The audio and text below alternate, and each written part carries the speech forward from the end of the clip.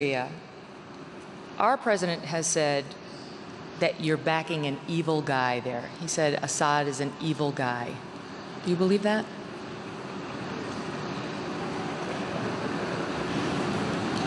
Во что? Believe in what? That Assad is an evil man? Yes. An evil guy?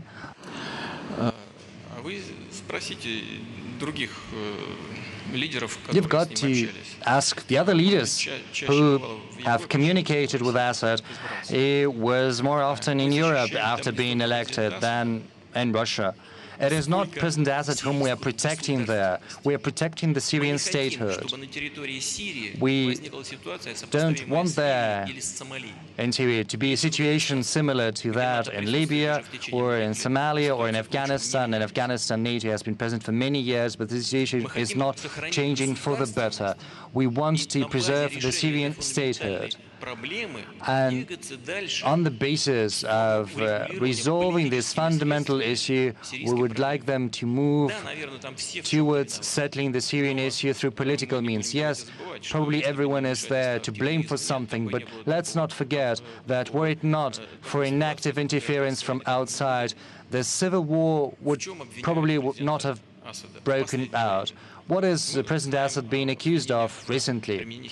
We know he's accused about using chemical weapons, but there's no evidence to support that whatsoever. Right after the incident, we suggested that an inspection should be carried out at the airbase from which allegedly the aircraft of President Assad had taken off carrying chemical weapons. If chemical weapons had been used, then those weapons would have been loaded onto the aircraft and the cutting-edge analyzing equipment would have detected that. But they refused to conduct this kind of inspection. So they're talking a lot, but not doing much. We suggested that an inspection should be carried out at the place where the strike took place. They're saying it's too dangerous. Why is it dangerous if the strike was against the good part of the opposition? No, they say it's too dangerous. There is a representative of Iraq here, whom we welcome. In Iraqi Kyrgyzstan, the militants used chemical weapons, and the world community recognized it. So they know that the militants there have got chemical weapons. But according to the OPCW, Syria has destroyed its stocks of chemical weapons. You see, if pretexts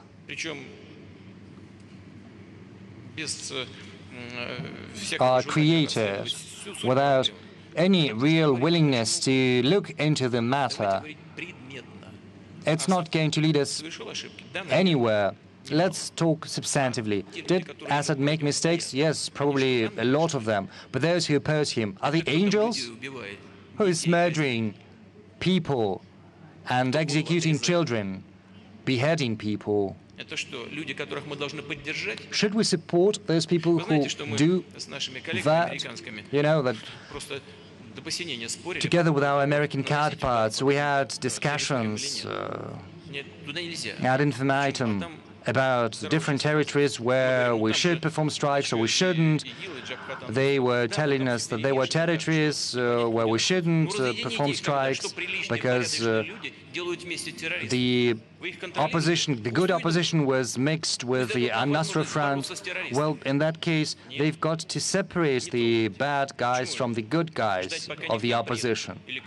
Should we wait for these terrorists to come to our country? No, we're not going to wait for that. Let's find an agreement. Prime Minister is nodding an agreement. India is always facing the threat of terrorism. This is not just a far-fetched problem. 4,000 people from the Russian Federation, according to our estimates, are in Syria, and around 4,500 from the CIS countries. And this is a real threat we are facing because some of them try to get back, and some of them do get back. We launched our operation in Syria because we knew what all of this would result in. You shouldn't try labeling people.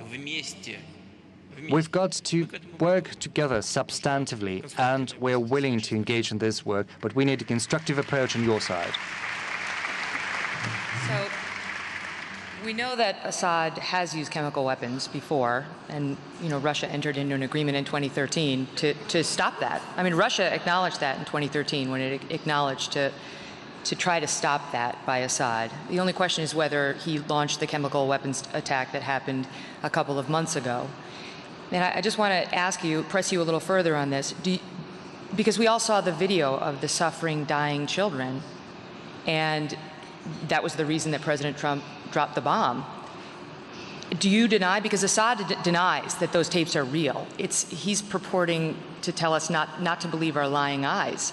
Do you believe those tapes are fake?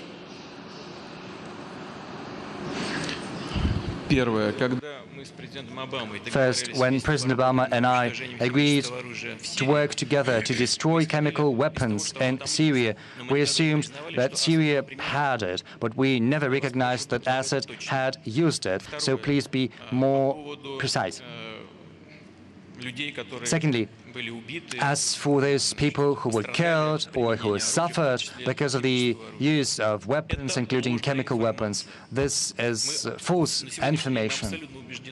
As of now, we are absolutely confident that this is just a provocation. President Assad didn't use chemical weapons. All of this was orchestrated in order to stage him, to accuse him. Moreover, our intelligence services have got information that in other districts of Syria, not far from Damascus, there were plans to reproduce this scenario, and we made these plans publicly. Those who had been planning this action thought it better not to engage in these actions. If I could just follow up on that, though, because the bodies of the victims were autopsied at Turkey's Andara Forensic Medicine Institution. The autopsies were witnessed by officials from the World Health Organization and from the Organization for the Prohibition of Chemical Weapons, and they concluded that the victims were attacked with sarin gas. Are we really to believe that the whole thing was staged, that everybody was in on it? The World Health Organization, the Forensic Medicine Institution, the Organization for the Prohibition of Chemical Weapons? The answer is very simple, and you know it.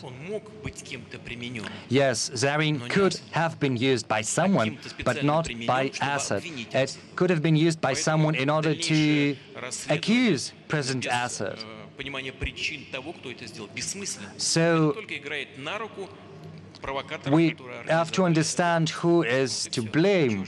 And otherwise, if there is no true investigation, it's only going to play into the hands of those who orchestrated it. I'd like to ask you a question. Why didn't everyone go right away to inspect the air base to the spot where chemical weapons allegedly had been used? Why didn't they want to go to see the aircraft that had been allegedly used to perform this strike? The answer is very simple, because they were afraid that everything, the truth, would come to light. What you are telling me doesn't convince me of anything. It just persuades me that we'd better not engage in tug of war there or speculate. We've got to pull our efforts together to counter real threats. And we know what these real threats are. The US is very far. Yes, there was an explosion there, people suffered, which we offer our condolences. But we also know what terrorists is all about. We have seen its manifestations. And no one should try to use terrorists to address short-term political interests. Even there are attempts at that. Yes, there are attempts at using terrorists against, say, Assad. Why use them? Because no one else would fight. I do not think it's worthwhile using these terrorists today, because tomorrow it's going to cost you a lot. When Al-Qaeda was created in Afghanistan to fight against the Soviet Union, they didn't know that it would strike the US on 9/11. We've got to think about negative